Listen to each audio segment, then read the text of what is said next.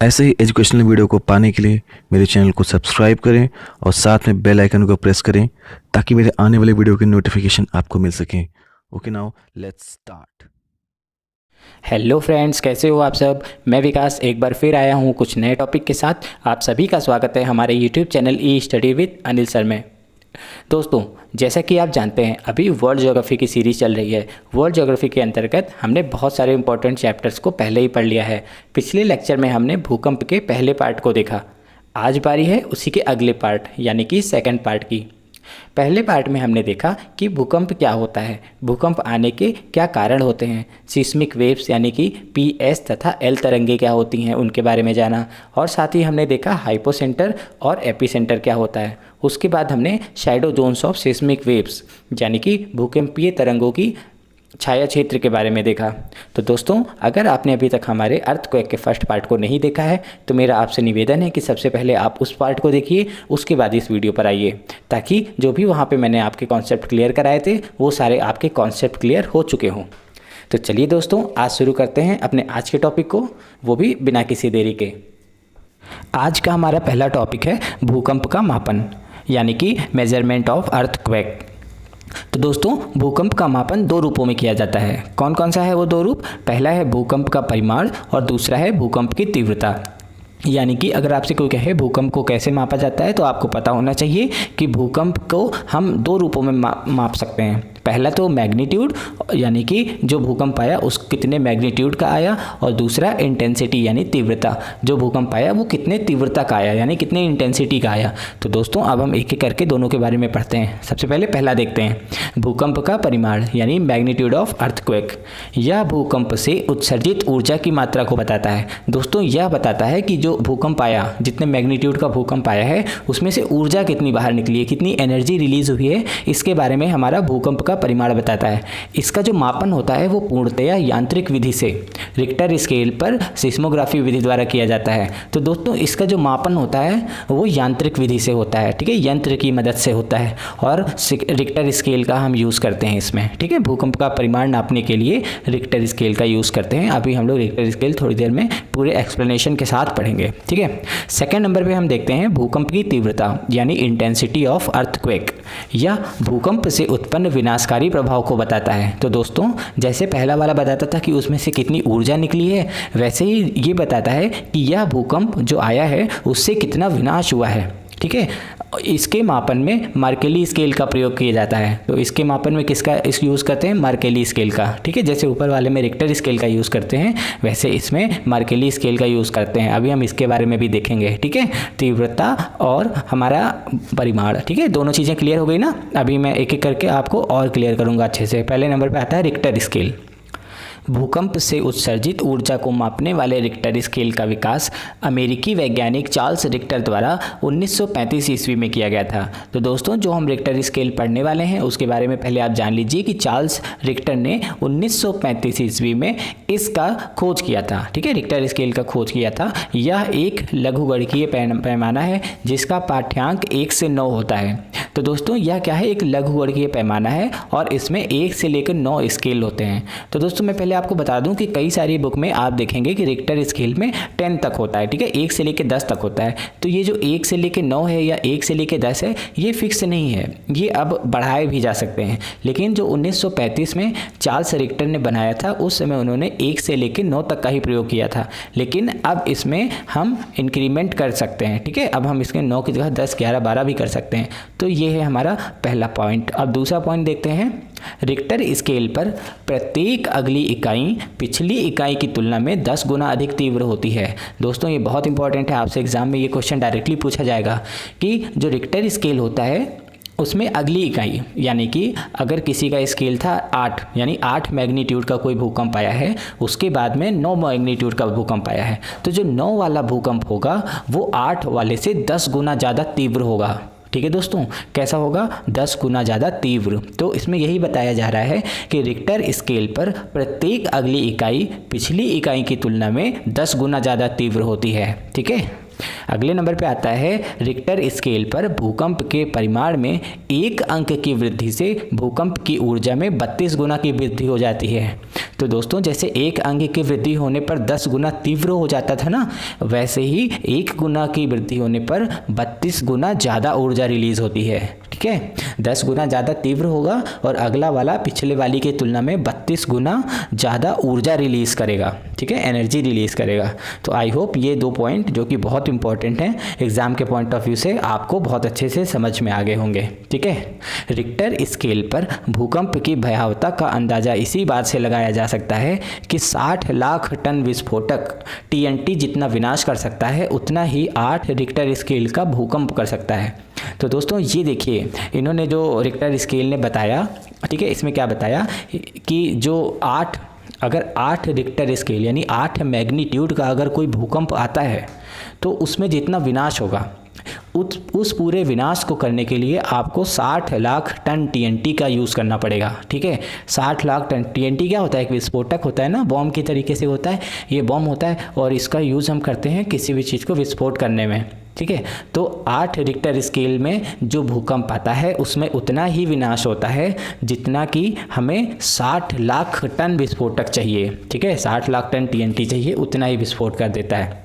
दोस्तों यहाँ पर मैं आपको कुछ फिगर के माध्यम से एक्सप्लेन करना चाहता हूँ। चलिए देखते हैं रिक्टर स्केल को। ठीक है, रिक्टर स्केल क्या होता है? तो दोस्तों ये जो आपको फिगर दिख रहा है ये है रिक्टर स्केल। ठीक है, जैसे जैसे हम ऊपर की ओर बढ़ते जाएंगे यानी 1 2 3 4 5 6 7 8 9, जैसे हम 9 की तरफ पहुंच जाएंगे तो यानी कि हम रिचर मैग्नीट्यूड पर पहुंच रहे हैं। ठीक है, और जो नीचे आप देख रहे हैं जैसे पहला वाला जो मैग्नीट्यूड का जो भूकंप है, पहला वाला, वो बहुत ही छोटा सा है लेकिन उसका बेस बहुत बड़ा है। ठीक है, बेस उसका कितना सारा बड़ा है तो इसका मतलब होता है वो फ्रीक्वेंसी को दर्शाता है। यानी जो 1 मैग्नीट्यूड का भूकंप है वो लगभग हर दिन आता है। दोस्तों लगभग हर दिन भूकंप आता है। मैंने आपको बताया था कि 1 साल में पूरे अर्थ पे लगभग 5 लाख बार भूकंप आ जाता है। ठीक है, तो 5 लाख बार में से कुछ भूकंप तो इतने छोटे से होते हैं कि वो आपके धरती के नीचे से आके पता चले जाते हैं और आपको पता भी नहीं चलेगा।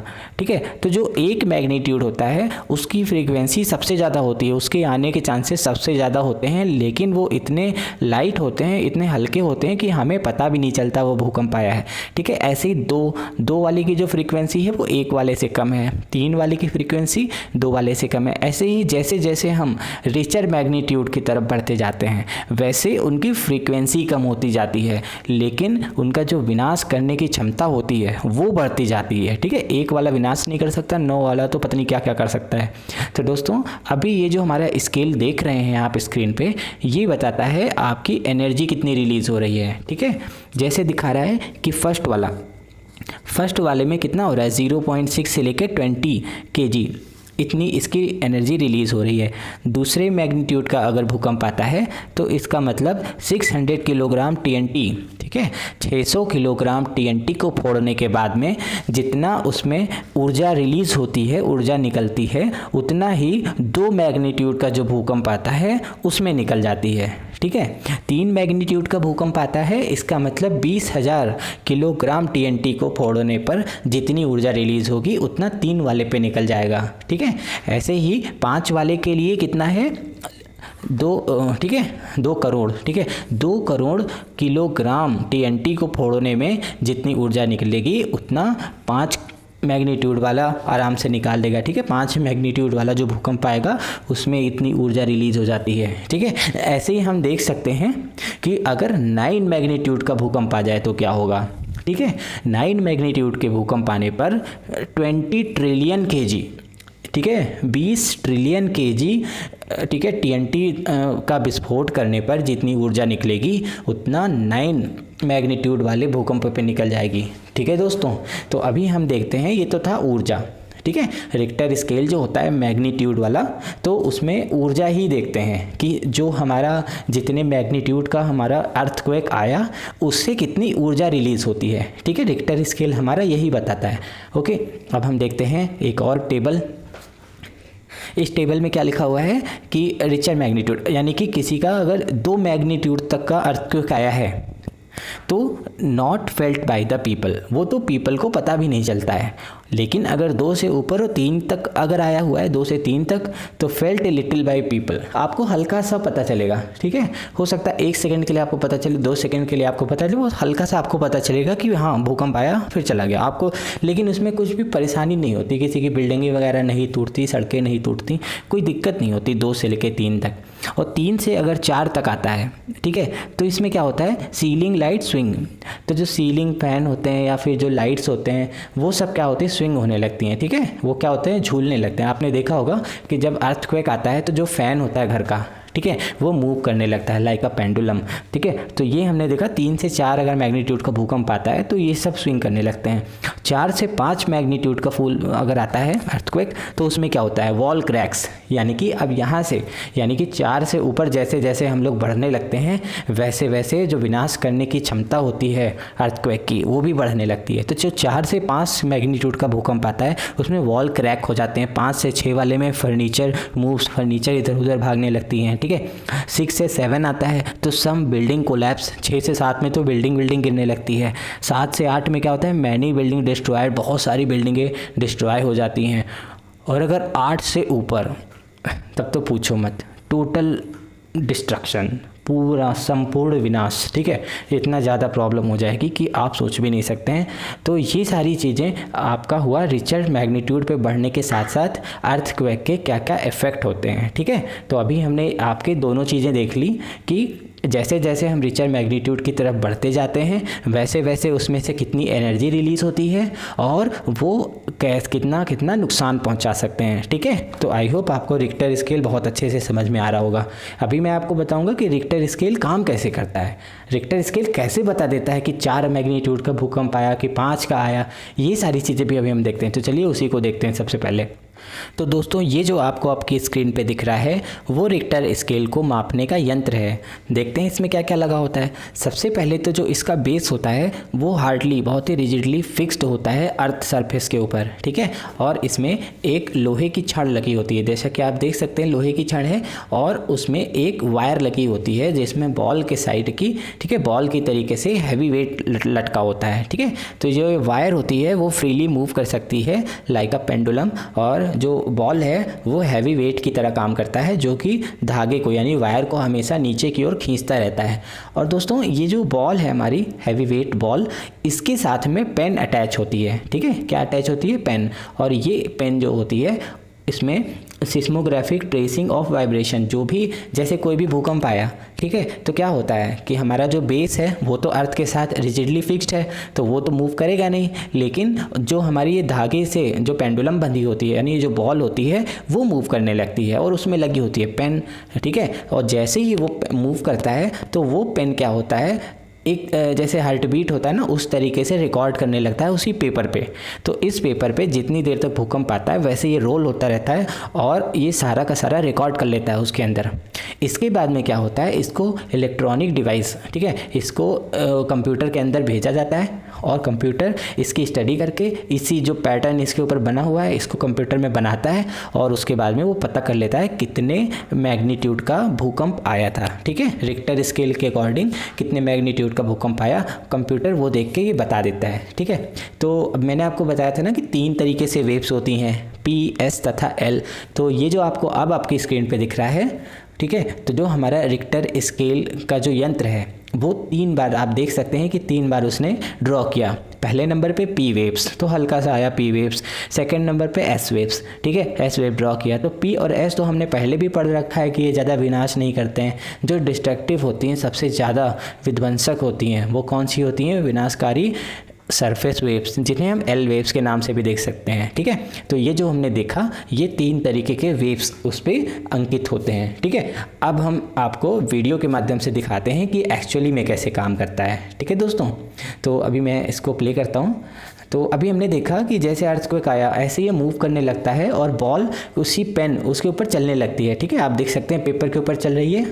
तो अभी यहाँ पे क्या हुआ, भूकंप खत्म हो गया, तो अभी एक स्ट्रेट लाइन आ गई। उसको उसके बाद में एक कंप्यूटर में भेजा जाता है। तो जो भी अभी उसने रिकॉर्ड किया है डिवाइस ने, उसको एक कंप्यूटर में ही वैसा पैटर्न बना दिया जाता है। इसके बाद में कंप्यूटर इस बात का पता कर लेता है कि इसमें कितने मैग्नीट्यूड का भूकंप आया था। ठीक है। तो इस तरीके से कार्य करता है हमारा रिक्टर स्केल। तो आई होप दोस्तों अब आपको रिक्टर स्केल बहुत अच्छे से समझ में आ गया होगा। अब मैंने आपको बताया था कि एक और होता है जिससे हम तीव्रता नापते हैं, ठीक है। मैंने आपको बताया था 2 रूपों में किया जाता है भूकंप का मापन। पहला तो परिमाण यानी मैग्नीट्यूड। तो जब भी आपसे अगर एग्जाम में आता है या फिर कहीं भी आपसे न्यूज़ चैनल वगैरह पे आप देखते होंगे, अगर अगली बार से बोलें कि ठीक है 5 मैग्नीट्यूड का भूकंप आया, तो आप जान जाइएगा कि वो रिक्टर स्केल पर निकाला गया है। और अगर आपसे बोला जाए कि 5 इंटेंसिटी का भूकंप आया, तो आप जान जाना कि वो मर्केली स्केल का यूज़ किया गया है उसके अंदर, ठीक है दोस्तों। तो अभी हमने वो वाला भूकंप तो देख लिया हमने, मैग्नीट्यूड वाला। अब हम देखते हैं कि इंटेंसिटी के माध्यम से कैसे मापते हैं। ओके, इंटेंसिटी के द्वारा भूकंप को मापने के लिए मर्केली स्केल का यूज़ किया जाता है, ठीक है दोस्तों। मर्केली स्केल भूकंप की तीव्रता एवं उससे उत्पन्न विनाशकारी प्रभाव को बताता है। दोस्तों ये लाइन आपको समझना है। यहाँ पे जो रिक्टर स्केल था वो क्या बताता था कि उससे कितनी ऊर्जा निकल रही है, ठीक है, कितनी एनर्जी रिलीज हो रही है। जैसे बताया गया कि 6 मैग्नीट्यूड का भूकंप आया तो उसमें इतने किलोग्राम TNT के बराबर ऊर्जा निकली। तो वो ये नहीं बता पाता था कि कितना विनाशकारी है वो, ठीक है। वो तो केवल ये बताता है कि कितनी ऊर्जा निकल रही है। लेकिन मर्केली स्केल का यूज़ हम करते हैं भूकंप की तीव्रता बताने के लिए, और वो ये भी बता सकता है कि कितना विनाशकारी प्रभाव है इसका, ठीक है दोस्तों। यह यांत्रिक विधि पर आधारित ना होकर पूर्णतया मानवीय अनुभूति पर आधारित किया जाता है, जिसमें क्षेत्र सर्वेक्षण तथा भूकंप से मानव निर्मित संरचना और विनाश को आधार बनाया जाता है। तो दोस्तों पहले मैं आपको बता दूं कि जो रिक्टर स्केल है हमारा, वो पूरी तरीके से यांत्रिक विधि पर, यानी उसमें यंत्र का यूज़ किया जाता है। मैंने आपको दिखाया ना कि किस तरीके से वो पेन के माध्यम से वो लाइन ड्रॉ करता है, इसके बाद वो कंप्यूटर में जाता है और वो बता देता है कि कितने रिक्टर स्केल का भूकंप आया था, ठीक है। वो पूरी तरीके से यांत्रिक विधि थी। लेकिन ये जो रिक्टर स्केल के बाद ये जो मर्केली स्केल है, ये यांत्रिक विधि पर आधारित बिल्कुल नहीं होती, बल्कि इसमें क्या होता है कि जो ये होता है फील्ड इंस्पेक्टर, ठीक है, जब भूकंप आता है इसके बाद में वहाँ पे क्षेत्र सर्वेक्षण वगैरह जाते हैं, वहाँ पे देखते हैं कि कितना ज़्यादा विनाश हुआ है, और उसी के आधार पर वो बताते हैं कि कितने इंटेंसिटी का भूकंप आया था, ठीक है दोस्तों। तो ये आपको ध्यान रखना है कि यांत्रिक विधि नहीं है, ऐसा कोई कंप्यूटर नहीं होता है इसके अंदर। इसमें जो होते हैं क्षेत्र सर्वेक्षण ही जाते हैं और बताते हैं। तो इसमें रोमन लिपि में फर्स्ट से लेकर 12th तक के अंक होते हैं, ठीक है। फर्स्ट से लेकर कितने होते हैं? 12 अंक होते हैं इसके अंदर रोमन लिपि में। तो फर्स्ट तीव्रता अंक का मतलब है कि 170 ग्राम TNT के विस्फोट के बराबर ऊर्जा, ठीक है। तो ये भी अगर हम इसको भी उसके अंदर मापें तो इन्होंने बताया गया है इसमें जो कॉमनली यूज़ किया जाता है कि अगर 170 ग्राम TNT के बराबर अगर इसमें हुआ है, ठीक है, इतना वहाँ पे डिस्ट्रक्शन हुआ है, जितने डिस्ट्रक्शन को करने के लिए 170 ग्राम TNT का यूज़ हो, तो बताते हैं वहाँ पे क्षेत्र सर्वेक्षण कि फर्स्ट तीव्रता वाला भूकंप आया था, ठीक है दोस्तों। सामान्यतः अभिकेंद्र की दूरी के साथ साथ भूकंप की तीव्रता में कमी आती है। तो दोस्तों मैंने आपको बताया था कि अधिकेंद्र क्या होता है? जहाँ पर भूकंप मूल होता है, यानी भूकंप केंद्र, जहाँ पर भूकंप एक्चुअली में आया होता है, उसको बोलते हैं हाइपोसेंटर या फोकस, ठीक है, यानी भूकंप केंद्र या फिर भूकंप मूल, इस नाम से उसको जाना जाता है। और उसके ठीक ऊपर 90 डिग्री पर अगर हम देखते हैं तो उसको बोलते हैं भूकंप का अधिकेंद्र, यानी कि वो ऐसा बिंदु होता है अर्थ सरफेस के ऊपर जहाँ पर सबसे पहले भूकंप को रिकॉर्ड किया जाता है, ठीक है दोस्तों। तो भूकंप का जो अधिकेंद्र होता है उसके साथ साथ जैसे जैसे दूरी बढ़ती जाएगी वैसे वैसे उसकी तीव्रता में कमी आती जाएगी, क्योंकि ये जो सरफेस वेव्स होती हैं जब उस पर ट्रैवल करती हैं सरफेस के ऊपर, तो जितना दूर उनको ट्रैवल करना होगा उतनी ही उनकी इंटेंसिटी कम होती जाएगी। तो इसमें तो कॉमन सेंस की बात है, ये सामान्यतः अधिकेंद्र की दूरी के साथ साथ भूकंप की तीव्रता में कमी आती है। तो दोस्तों रिक्टर स्केल को अब हम एक फिगर में आपको दिखाते हैं कि ये अगर फर्स्ट वाला आता है तो कितना विनाश कर सकता है, सेकंड वाला इंटेंसिटी का आता है तो कितना विनाश कर सकता है, ऐसे ही आपको 12th इंटेंसिटी तक दिखाएंगे, ठीक है दोस्तों। तो आपकी स्क्रीन पे जो भी आपको दिख रहा है वो है यही चीज़। तो इसमें मर्केली इंटेंसिटी अब हम देखते हैं, फर्स्ट अगर पहला आता है तो इसको जो कैटेगराइज किया गया है वो किया गया है इंस्ट्रूमेंटल, ठीक है। इसके इफेक्ट क्या होते हैं? Detected only by sensitive instrument. जो फर्स्ट वाला आता है मर्केली स्केल, ठीक है, फर्स्ट इंटेंसिटी का जो इंटेंसिटी का भूकंप आता है वो केवल इंस्ट्रूमेंट के द्वारा रिकॉर्ड किए जाते हैं, ठीक है, ह्यूमन नहीं बता सकते उनको। और जो सेकंड मर्केली इंटेंसिटी का अर्थक्वेक आता है वो बहुत ही वीक कैटेगरी का होता है, and that is felt only by the person specially on upper floors. तो जो ऊपर के फ्लोर पे होते हैं ना, जैसे तीसरे या चौथे पाँचवें मंजिल पर, उन लोगों को थोड़ा सा पता चल जाता है कि हाँ थोड़ा सा भूकंप आया हुआ है। तो दोस्तों इसी तरीके से पूरी टेबल दी हुई है, आप उसमें देख सकते हैं कि जैसे जैसे इंटेंसिटी बढ़ती जाती है वैसे वैसे उसके क्या परिणाम हो सकते हैं। ठीक है दोस्तों, तो आई होप अब आपको मर्केली स्केल और रिक्टर स्केल दोनों बहुत ही अच्छे से समझ में आ गया होगा, दोनों कैसे काम करते हैं वो भी आपको समझ में आ गया। तो चलिए दोस्तों अब देखते हैं अपने अगले टॉपिक को, जो कि है प्लेट विवर्तनिकी सिद्धांत यानी कि प्लेट टेक्टोनिक्स थ्योरी। इसमें क्या है, भौतिक भूगोल, भू आकृति विज्ञान तथा भू विज्ञान में प्लेट टेक्टोनिक्स थ्योरी का विचार नया है, जिसके आधार पर महाद्वीपों व महासागरों की उत्पत्ति, ज्वालामुखी एवं भूकंप की क्रिया तथा पर्वतों के निर्माण आदि की वैज्ञानिक स्पष्टीकरण दिया जा सकता है। तो दोस्तों ये जो प्लेट टेक्टोनिक्स थ्योरी है, इसके हिसाब से हम बहुत ही साइंटिफिक एक्सप्लेनेशन दे सकते हैं कि महासागर की उत्पत्ति कैसे हुई, महाद्वीपों की उत्पत्ति कैसे हुई, ज्वालामुखी भूकंप आदि कैसे आते हैं, पर्वत कैसे बने, इन सभी का हम साइंटिफिक एक्सप्लेनेशन दे सकते हैं by using plate tectonics theory. Okay, पृथ्वी का बाह्य भाग दृढ़ खंडों से बना हुआ है जिसे प्लेट कहते हैं। तो दोस्तों प्लेट क्या होता है कि पृथ्वी का जो बाहरी भाग है, ठीक है, उसको हम कहते हैं प्लेट। प्लेट विवर्तनिकी लैटिन शब्द टेक्टोनिकस से बना हुआ है। किससे बना हुआ है? टेक्टोनिकस। टेक्टोनिकस का मतलब होता है विवर्तनिकी। प्लेट विवर्तनिकी एक वैज्ञानिक सिद्धांत है, ठीक है, जो स्थल मंडल गति को बड़े पैमाने पर वर्णित करता है। यह मॉडल महाद्वीपीय विस्थापन सिद्धांत यानी कि कॉन्टिनेंटल ड्रिफ्ट थ्योरी की परिकल्पना पर आधारित है। तो दोस्तों सबसे पहले तो मैं आपको ये बता दूं कि कॉन्टिनेंटल ड्रिफ्ट थ्योरी क्या होती है। ठीक है, इसके हिसाब से कि जो हमारे कॉन्टिनेंट हैं, ठीक है, जो भी हमारे कॉन्टिनेंट हैं, Asia, Europe, north America, south Africa, ठीक है, साउथ अमेरिका, अफ्रीका, ठीक है, ऑस्ट्रेलिया, और ये सारे के सारे क्या हैं, हमारे कॉन्टिनेंट हैं। ठीक है, और ये ड्रिफ्ट कर रहे हैं, मतलब वो तैर रहे हैं। ठीक है, एक जगह पे स्टिल नहीं है कि एक जगह पे रुके हुए हैं, बल्कि एक जगह से दूसरी जगह तक ही तैर रहे हैं। ठीक है, दो कॉन्टिनेंट के बीच का जो डिस्टेंस है किसी किसी जगह पे कम हो रहा है और किसी किसी जगह पे बढ़ रहा है। तो इससे पता लगाया गया कि जो कॉन्टिनेंट है हमारा वो ड्रिफ्ट कर रहा है। ठीक है, तो अभी हम देखते हैं इसी की परिकल्पना पर आधारित है हमारा प्लेट टेक्टोनिक्स थ्योरी। पृथ्वी का ऊपरी भाग स्थल मंडल का बना हुआ है। तो दोस्तों पहले मैं आपको दो चीज़ों के बारे में बता दूं जो कि बहुत इंपॉर्टेंट है, आपको ज़रूर पता होना चाहिए कि वर्ष 1955 में सर्वप्रथम कनाडा के भूवैज्ञानिक जिनका नाम था जे टूजो विल्सन, उन्होंने प्लेट शब्द का प्रयोग सबसे पहले किया। तो दोस्तों ये आपसे एग्जाम में पूछा जा सकता है कि प्लेट शब्द का प्रयोग सबसे पहले किस वैज्ञानिक ने किया। ठीक है, तो आपको बताना है कनाडा के रहने वाले जे टूजो विल्सन ने। ठीक है, और उसके 1955 में किया था इन्होंने। उसके कुछ समय के बाद 1967 में, ठीक है, 12 साल के बाद में कौन कौन से 3 वैज्ञानिक थे जिनका नाम था मैकेंजी, मॉर्गन और पार्कर।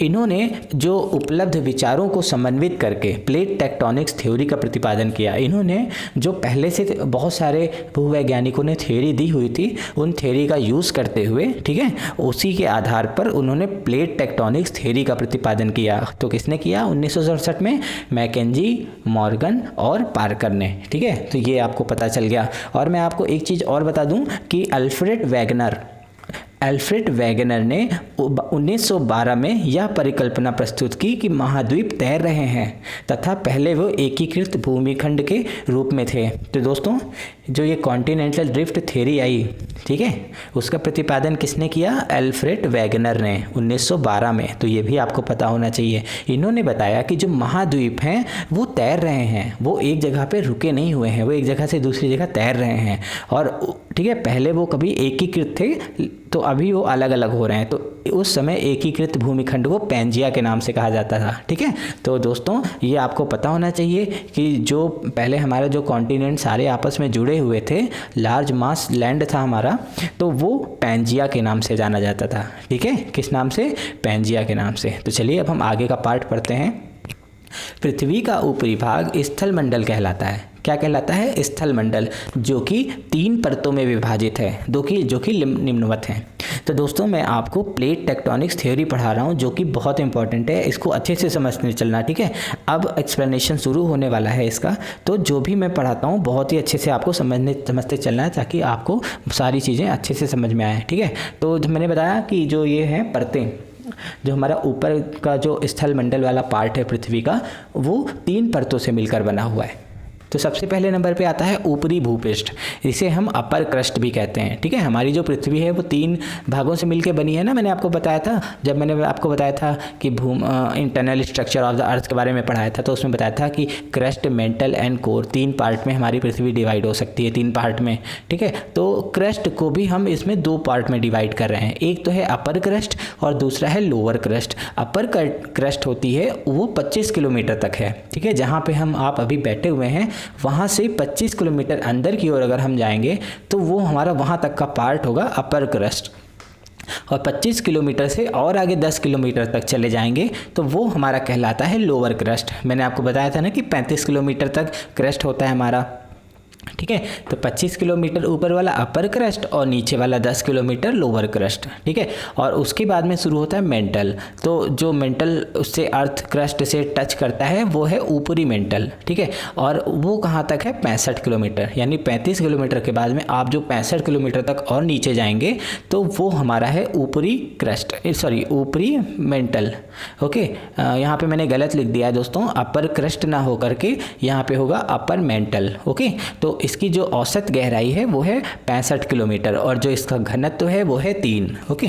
चलिए अब हम देखते हैं, तो यहाँ पे फिर से मैंने गलत लिख रखा है, अपर क्रस्ट के भी नीचे, ठीक है, यहाँ पे होगा अपर मेंटल के भी नीचे 250 किलोमीटर तक के क्षेत्र को दुर्बलता मंडल यानी एस्थेनोस्फीयर कहते हैं, ठीक है। तो जो हमारा अपर मेंटल है, ठीक है, अपर मेंटल के भी 250 किलोमीटर अगर आप नीचे जाएंगे, अपर मेंटल कहाँ तक है हमारा? 35 किलोमीटर के बाद 60 किलोमीटर और हम चले गए, ठीक है। तो 60 किलोमीटर तक तो हमारा अपर मेंटल है, लेकिन उसके नीचे भी अगर हम 250 किलोमीटर तक के क्षेत्र को देखते हैं तो उसको बोलते हैं दुर्बलता मंडल, और दुर्बलता मंडल को एस्थेनोस्फीयर कहते हैं, ठीक है, ये याद रखना आपको। तो जो एस्थेनोस्फीयर होता है उसका घनत्व यानी डेंसिटी 3.5 से लेकर 4 तक है, ठीक है। तो डेंसिटी आप देख सकते हैं ज़्यादा है, और जबकि हमारी ऊपरी मेंटल, ठीक है, अपर मेंटल की जो डेंसिटी है वो कितनी है? 3 है। तो हम देख रहे हैं कि डेंसिटी अपर मेंटल की कम है। तो आपको ये भी पता है कि जब डेंसिटी अलग अलग होती है तो जो हल्का होता है वो तैरने लगता है भारी वाले के ऊपर, ओके। तो यहाँ तक आपको दिमाग में रखना है बस। उसके बाद नोट, वैगनर ने महाद्वीपीय विस्थापन सिद्धांत यानी कि कॉन्टिनेंटल ड्रिफ्ट थ्योरी शब्द का प्रयोग सर्वप्रथम किया। तो ये तो हमने देख ही लिया कि वैगनर ने 1912 में अपने कॉन्टिनेंटल ड्रिफ्ट थ्योरी के बारे में बताया था, ओके। इसके बाद हम देखते हैं पृथ्वी विभिन्न प्लेटों से मिलकर बनी है, ओके। ये तो हमने देखा है कि जो पृथ्वी होती है हमारी वो बहुत सारे प्लेटों से मिलकर बनी है, जो दुर्बलता मंडल यानी एस्थेनोस्फीयर के ऊपर अस्थिर रूप से स्थित है, ठीक है। तो जो मैंने अभी आपको बताया, ठीक है, एस्थेनोस्फीयर जिसका डेंसिटी था हमारा 3.5 से लेकर 4 तक और 250 किलोमीटर क्षेत्र अपर मेंटल के नीचे, ठीक है। तो उस पोर्शन को, वो भी एक तरीके से मेंटल ही तो है, तो उस मेंटल वाले उस पोर्शन को क्या बोलते हैं? एस्थेनोस्फीयर। तो उसके ऊपर हमारी प्लेट्स स्थित हैं, और प्लेट जो हमारी स्थित हैं वो स्थिर रूप में नहीं है बल्कि अस्थिर रूप में है, जिसमें निरंतर परिवर्तन होता रहता है। जब वैगनर ने सर्वप्रथम महाद्वीपीय विस्थापन के बारे में बताया तब बहुत से भूवैज्ञानिकों ने उनके इस थ्योरी को मानने से इनकार कर दिया। तो दोस्तों आपको मैंने बताया था ना कि जब भी कोई आप नया काम करते हैं, कोई नया सिद्धांत देते हैं, किसी को, समाज को बताते हैं किसी भी नई चीज़ के बारे में, तो शुरुआत में आपको बहुत ज़्यादा परेशानियों का सामना करना पड़ता है। वही वैगनर को करना पड़ता है। वैगनर ने बताया कि जो प्लेट्स हैं वो दुर्बलता मंडल के ऊपर अस्थिर रूप से टिकी हुई हैं, जिसके कारण हमारा कॉन्टिनेंट ड्रिफ्ट कर रहा है। तो लोगों ने इस थ्योरी को मानने से इनकार कर दिया, ठीक है। वैगनर के कॉन्टिनेंटल ड्रिफ्ट थ्योरी को स्वीकार करने में सबसे बड़ी बाधा यह समझाने की थी कि सियाल से बने महाद्वीप जो कि इतने भारी भरकम होते हैं वो भला कैसे तैर सकते हैं, ठीक है, वो भी अर्थ के अंदर। 1928 में आर्थर होम्स ने बताया कि पृथ्वी के आंतरिक भाग में रेडियोधर्मी तरंगों से निकली गर्मी से ऊर्ध्वाधर संवहन धाराएं उत्पन्न होती हैं जो प्लेटों के संचालन के लिए प्रेरक बल का काम करती है।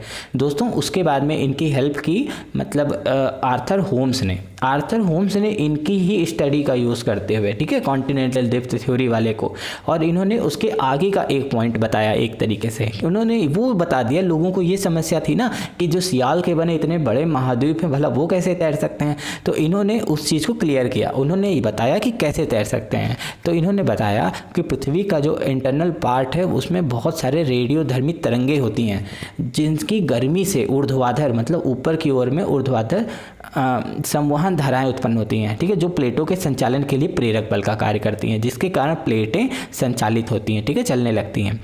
पृथ्वी में पाई जाने वाली इन प्लेटों में 3 प्रकार की गति होती है, ठीक है दोस्तों। तो अब हम आते हैं बहुत ही इंपॉर्टेंट पॉइंट की तरफ। ये आपसे एग्जाम में बहुत पूछा जाता है और ये आपको जानना बहुत ही ज़रूरी है। कॉन्टिनेंटल ड्रिफ्ट थ्योरी और प्लेट टेक्टोनिक्स थ्योरी में ये जानना बहुत ज़रूरी है।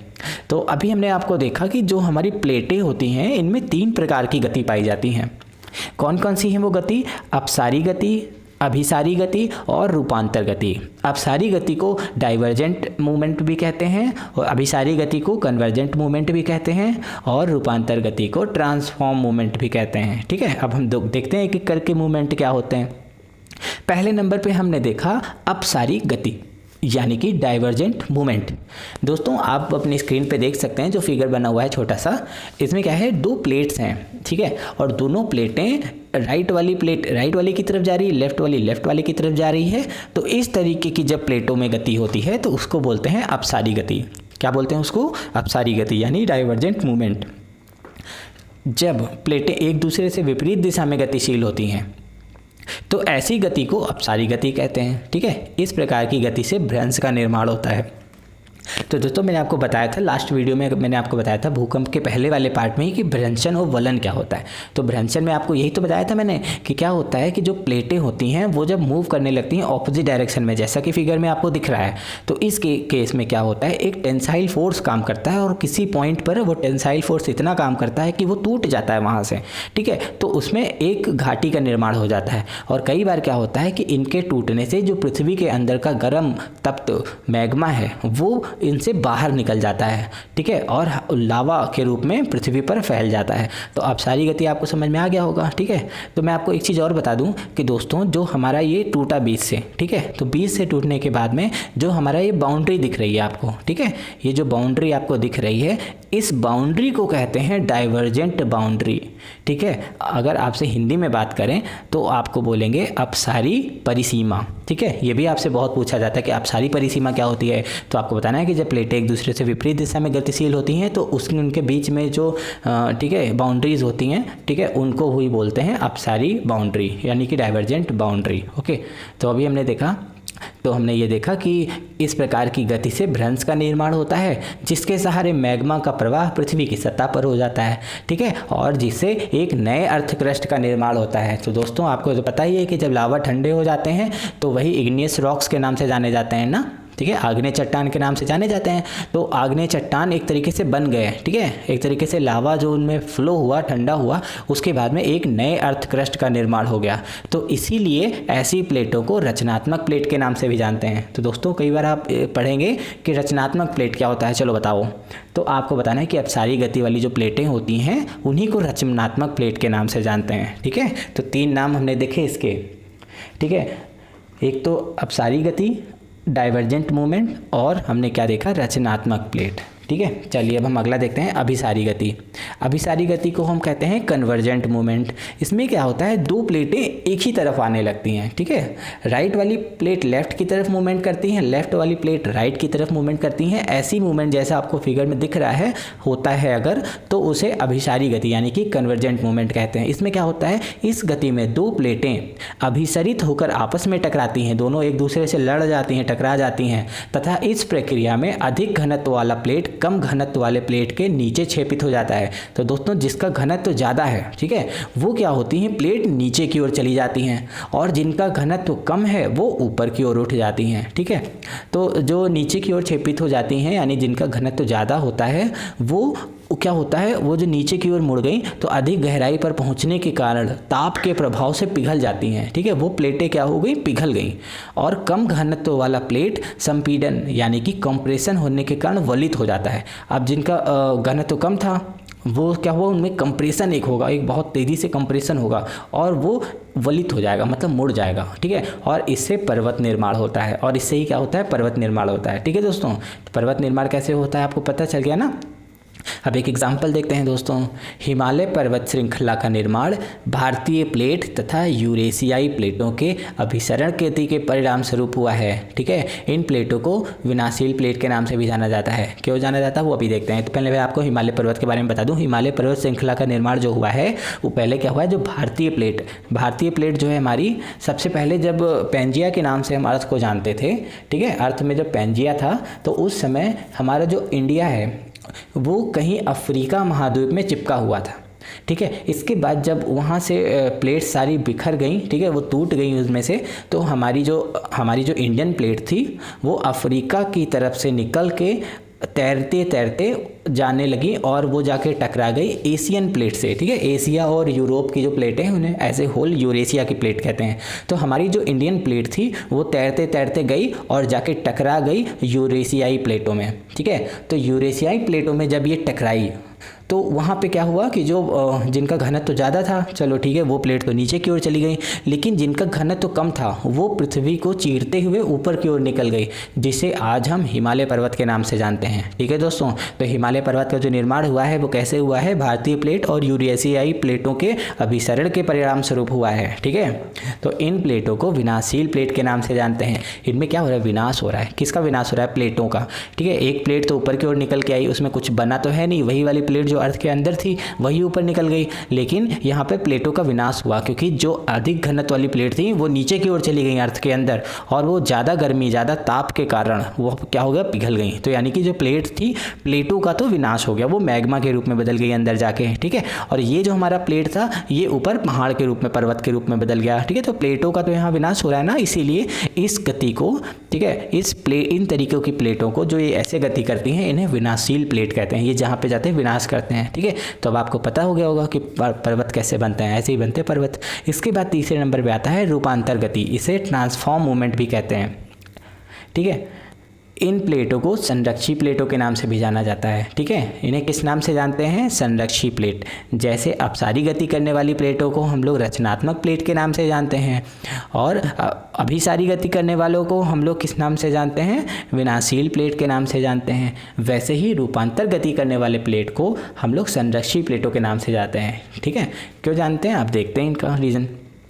दोस्तों, इनमें जो प्लेट है उसमें आप देख सकते हैं कि ना एक दूसरे से दूर जा रही हैं, ना एक दूसरे के ऊपर चढ़ी जा रही हैं, बल्कि साइडवेज एक दूसरे को, ठीक है, ऐसे ट्रैवल कर रही हैं। एक दूसरे, इनकी ऐसी गति है जैसे अगल बगल में एक दूसरे दो लोग चलते हैं ना, ऐसे ही चल रहे हैं। तो रूपांतर गति में प्लेटें एक दूसरे के साथ क्षैतिज दिशा में गति करती हैं। इस प्रक्रिया में ना तो ज्वालामुखी बनता है ना ही पर्वत निर्माण होता है, मगर प्लेटों के घर्षण के कारण भूकंप उत्पन्न हो जाता है। तो दोस्तों, मैंने आपको बताया था कि जब अपसारी गति होती है उसमें प्लेटें एक दूसरे से दूर जा रही होती हैं तो उसमें किस चीज़ का, भ्रंश का निर्माण होता है, और उन्हीं भ्रंश से पृथ्वी के अंदर का मैग्मा निकलकर पृथ्वी पर फैल जाता है लावा के रूप में। ठीक है, और उसके बाद में जब अभिसारी गति होता है तो दोनों प्लेटें एक दूसरे के ऊपर अभिसरित हो जाती है, जिनके कारण पर्वत निर्माण होता है। यहाँ पे क्या है, ना एक दूसरे से दूर जा रही, ना एक दूसरे के पास आ रही, बल्कि क्षैतिज दिशा में एक दूसरे के साथ में गति कर रही हैं। ठीक है, तो ऐसे में क्या होता है, ना ज्वालामुखी बनता है ना ही पर्वत बनता है,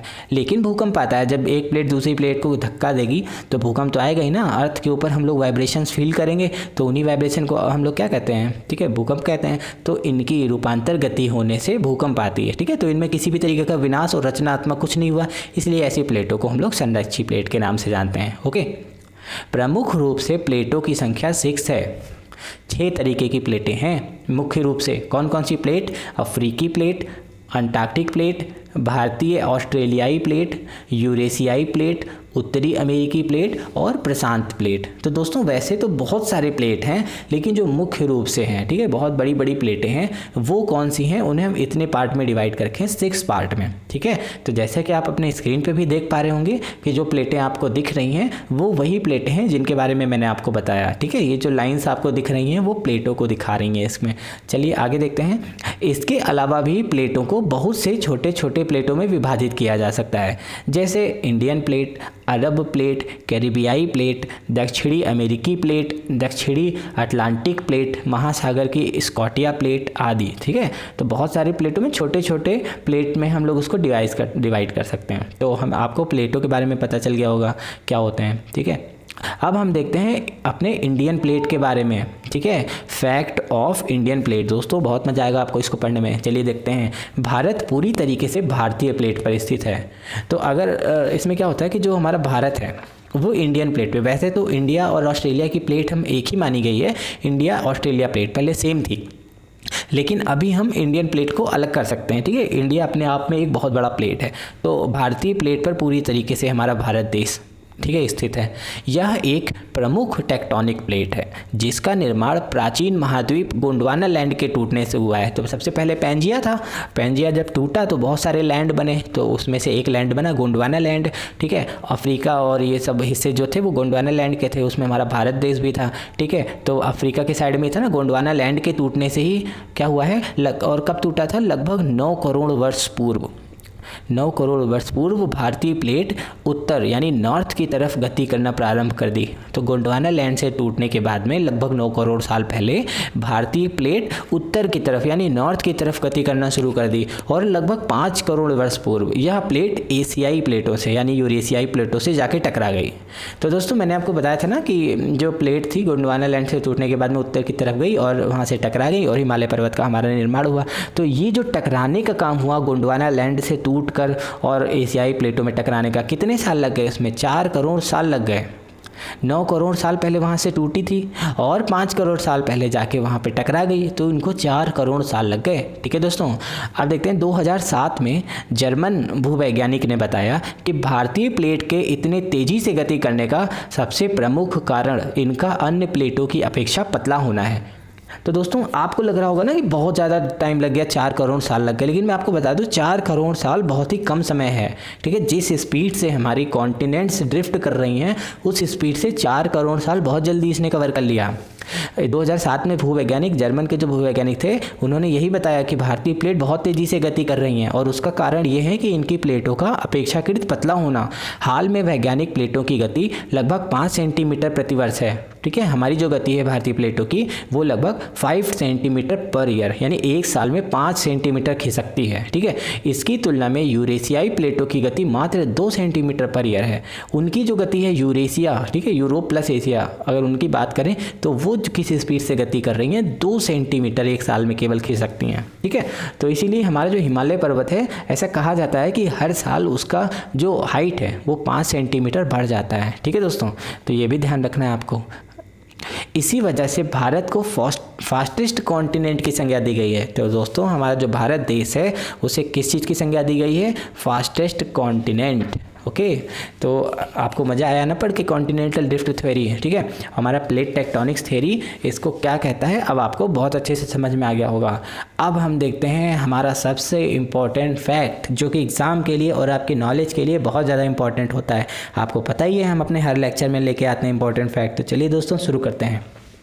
विज्ञान की वह शाखा जो भूकंपों का अध्ययन करती है सिस्मोलॉजी कहलाता है। तो दोस्तों हम लोग इतनी देर से 2 पूरे वीडियोस बन गए, लेकिन हमने ये तो आपको बताया ही नहीं कि जो भूकंपों का अध्ययन होता है उसको कहते हैं सिस्मोलॉजी, ठीक है। क्या कहते हैं उसको, सिस्मोलॉजी। और वो पर्सन, वो भूवैज्ञानिक जो इसकी स्टडी करता है उसको बोलते हैं सिस्मोलॉजिस्ट, ठीक है। क्या कहते हैं, सिस्मोलॉजिस्ट। और उसके बाद देखते हैं भूकंप की तरंगों को अंकित करने वाले यंत्र को भूकंप लेखी यानी कि सिस्मोग्राफ कहते हैं। इसके बारे में तो मैंने आपको बताया था, ठीक है, कि जो भूकंप की तरंगें होती हैं सिस्मोग्राफ, ठीक है। रिक्टर स्केल याद करो। भूकंप के दौरान भूकंप मूल से विमुक्त होने वाली ऊर्जा को प्रत्यास्थ ऊर्जा यानी इलास्टिक एनर्जी कहते हैं। तो दोस्तों भूकंप मूल यानी कि फोकस यानी कि हाइपोसेंटर वहाँ से जो ऊर्जा निकलती है उसे प्रत्यास्थ ऊर्जा यानी कि इलास्टिक एनर्जी कहते हैं। दोस्तों ध्यान रखना, ये भूकंप आने से पूर्व वायुमंडल में रेडॉन गैसों की मात्रा बहुत ज़्यादा बढ़ जाती है। यह भूकंप आने का संकेत है। तो दोस्तों जब भूकंप आने वाला होता है उससे पहले आप देखेंगे कि वायुमंडल में रेडॉन गैसों की मात्रा बहुत ज़्यादा बढ़ जाती है। ठीक है, तो ये एक संकेत के रूप में इसको लिया जा सकता है। ठीक है, समान भूकंपीय तीव्रता वाले क्षेत्रों में शामिल होने वाली रेखाओं को आइसोसिस्मल लाइन यानी कि समभूकंपीय रेखा कहते हैं। तो दोस्तों जब भूकंप आते हैं तो क्या होता है, कुछ क्षेत्र में कम तीव्रता वाले भूकंप को अनुभव किया जाता है, कुछ कहीं कहीं पे ज़्यादा अनुभूति किया जाता है। तो ऐसी जगह पे क्या होते हैं, जब भूकंप आता है, ठीक है, और समान तीव्रता वाले क्षेत्रों को अगर हम उसमें ड्रॉ कर दें, ठीक है, जो हमारा वर्ल्ड मैप होता है उसमें, ठीक है, अगर हम ऐसे देशों को या ऐसे क्षेत्रों को एक लाइन खींच दें जो समान भूकंपीय तीव्रता महसूस की हो जिन्होंने, ठीक है, ऐसी लाइन को हम मिलाने पे कहते हैं समभूकंपीय रेखाएं। एक बार मैं फिर से पढ़ता हूँ, देख लीजिए। समान भूकंपीय तीव्रता वाले क्षेत्रों में शामिल होने वाली रेखाओं को आइसोसिस्मल लाइन यानी कि समभूकंपीय रेखा कहते हैं। और अगला देखते हैं, एक ही समय में भूकंप का अनुभव करने वाली रेखाओं को होमोसिस्मल लाइन यानी सह भूकंपीय रेखाएं कहते हैं। तो दोस्तों अब हमने देखा आइसोसिस्मल के बाद में होमोसिस्मल। इसमें क्या होता है, इसमें तीव्रता से कोई मतलब नहीं है, बस एक ही समय में जब भूकंप का अनुभव करते हैं, कई कई जगह पे, ठीक है, अलग अलग क्षेत्रों में लोग अनुभव करते हैं ना, तो एक ही समय में जो भूकंप का अनुभव करते हैं, ऐसी रेखा को अगर हम मिला दें तो उस रेखा को हम लोग बोलेंगे होमोसिस्मल लाइन यानी कि सह भूकंपीय रेखाएं। ठीक है, अब हम देखते हैं अगला पॉइंट। पृथ्वी पर हर साल 5 लाख से भी ज़्यादा भूकंप आते हैं। इसके बारे में तो मैंने आपको बताया था। ठीक है, उनमें से करीब 100 भूकंप ही नुकसान पहुँचाते हैं, बाकी भूकंप इतने छोटे होते हैं कि हमें पता भी नहीं चलता। ठीक है, 5 लाख में से 100 भूकंप पूरे साल में आते हैं जो कि हमें बहुत ही ज़्यादा नुकसान पहुंचाते हैं। ठीक है, बाकी के जो रिमेनिंग हैं वो पता भी नहीं चलते, कई बार तो इंस्ट्रूमेंट के द्वारा पता चलते हैं, खाली रिक्टर स्केल वगैरह के द्वारा, वैसे तो हम लोग को पता भी नहीं चलते, और 100 से हमें बच के रहना होता है खाली। दुनिया में सबसे ज़्यादा भूकंप जापान में आता है। तो जापान में क्यों आता है, क्योंकि जापान ऐसी जगह पर स्थित है जहाँ पर 3 प्लेटें आके मिलती हैं, एशिया की प्लेट, ठीक है, पैसिफिक प्लेट, ये सारी प्लेटें आपस में आके उस जगह पे मिलती हैं, इसलिए वहाँ पर भूकंप ज़्यादा आते हैं। ठीक है, जापान में सबसे ज़्यादा भूकंप आते हैं। दुनिया में सबसे ज़्यादा भूकंप अगर कहीं आता है तो वो जापान में ही आता है, इसके बाद न्यूजीलैंड में, उसके बाद अलास्का में, उसके बाद उत्तरी अमेरिका में। ठीक है, तो ऐसे होता है, भूकंप सबसे ज़्यादा जापान में। ये इंपॉर्टेंट क्वेश्चन है। जब भूकंप पृथ्वी की समुद्र वाले स्थान पर आता है, ठीक है, यानी जब समुद्र के अंदर भूकंप आ जाए तो उसे सुनामी कहते हैं। ठीक है, जापान ने ही सबसे पहले इसका नाम दिया था सुनामी। तो सुनामी क्या होता है, जब भूकंप समुद्र के अंदर आ जाए तो उसे सुनामी कहते हैं। बहुत ईजी। पृथ्वी पर अब तक का सबसे खतरनाक भूकंप सन 1960 में सबसे ज़्यादा डेंजरस अर्थक्वेक आया था जो कि चिली में आया था। उसकी जो इंटेंसिटी थी दोस्तों 9.5 दर्ज की गई थी। लेकिन जान हानि की बात करें तो सबसे भयंकर भूकंप 1556 ईस्वी में चाइना में आया था। ऐसा अनुमानित है कि इसमें करीब 8 लाख लोगों की मौत हो गई थी। दोस्तों अगर सबसे बड़े भूकंप की बात करें तो 9.5 तीव्रता वाला भूकंप चिली में आया था, ठीक है, सन 1960 ईस्वी में। लेकिन अगर जान माल की बात करें, सबसे ज़्यादा जान किस भूकंप में गई, वो गई थी 1556 ईस्वी में जो चीन में भूकंप आया था। ठीक है, उसमें लगभग 8 लाख लोग मर गए थे। तो भारत के गुजरात राज्य की भुज इलाके में आए 26 जनवरी 2001 के भूकंप को कौन भूल सकता है। यह 7.7 की तीव्रता का था। इसमें करीब हजारों लोगों की जान चली गई तथा लाखों लोग घायल हो गए। इस भूकंप के झटके भारत, पाकिस्तान और नेपाल तक महसूस किए गए। तो दोस्तों 26 जनवरी हमारा गणतंत्र दिवस, उस दिन पूरा भारत गणतंत्र दिवस मना रहा था। लेकिन उस दिन कुछ ऐसी अनहोनी हुई कि गुजरात राज्य में भुज इलाके में एक भूकंप आ गया, और भूकंप भी कोई छोटा भूकंप नहीं, 7.7 की तीव्रता वाला भूकंप आया। इसमें हजारों लोगों की, ठीक है, 50-60 हज़ार लोगों से ज़्यादा लोगों की जान चली गई और लाखों लोग इसमें घायल हो गए। बहुत ज़्यादा जान माल की नुकसान हुई, सड़कें टूट गई, घर सारे गिर गए, बहुत ज़्यादा नुकसान हुआ। ठीक है, तो इस भूकंप के जो झटके थे इंडिया के साथ साथ पाकिस्तान और नेपाल तक महसूस किए गए। ओके, अब हम देखते हैं नेक्स्ट पॉइंट। कई बार भूकंप के कारण नदी का प्रवाह विरुद्ध दिशा में हो जाता है। ऐसा ही कुछ हुआ 1811 ईस्वी में, जिसमें भारी तीव्रता की वजह से अमेरिका की मिसिसिपी नदी उल्टी दिशा में बहने लगी। तो दोस्तों कई बार क्या होता है कि जो भूकंप आता है उसमें नदियों के साथ क्या होता है, इतना भारी भूकंप आया 1811 ईस्वी में, कहाँ पे, अमेरिका में, कि जो उनकी मिसिसिपी रिवर थी, ठीक है, वो उल्टी दिशा में बहने लग गई। तो ये भी एक इंटरेस्टिंग फैक्ट था।